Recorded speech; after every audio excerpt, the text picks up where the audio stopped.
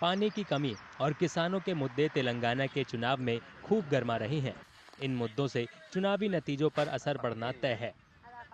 पानी की कमी और लगातार बढ़ते तापमान ने कई धान किसानों को खेती छोड़ने और दिहाड़ी मजदूरी करने पर मजबूर कर दिया है। पूरा छोड़ दिया। पानी के बोल के पूरा छोड़ दिया। ऐसा भी पूरा कैसा है, पूरा छोड़ दिया ना। पानी ये बोल के छोड़ दिया, पूरा थोड़ा जमीन लगा दिया, पूरा छोड़ दिया। ये वो पूरा छोड़ दिया ना। पानी की कमी की वजह से इस बार कई एकड़ खेत बंजर पड़े हैं। इस इलाके में ज्यादा बोरवेल होने की वजह से जल स्तर भी काफी गिर गया है। వర్షాకాలం ఒకటే పుంటికూర మళ్ళీ సొప్ప అదే సార్ అంతే.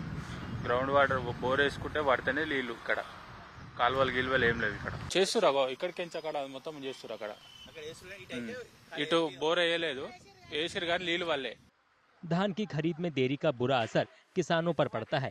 इससे होने वाली परेशानी के लिए किसान नेताओं को जिम्मेदार ठहरा रहे हैं।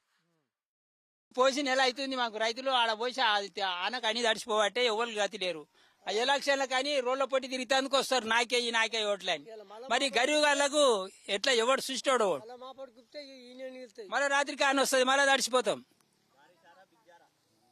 మళ్ళీ నేను గరీబ్ గాలని చేస్తున్నా, నేను రైతు బంద్ చేస్తున్నాను ఒక ఆయన చెప్తాడు, నేను ఆడోళ్ళను ఉత్తగా ఎక్కించుకపోతున్నాను ఒక ఆయన చెప్తాడు।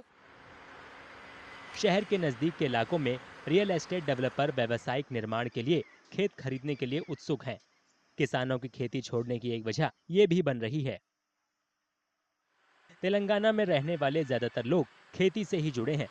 अगर वे खेती नहीं करेंगे तो छोटी मोटी नौकरी करने के लिए मजबूर होंगे, जिससे तेलंगाना की अर्थव्यवस्था पर बुरा असर पड़ना तय है।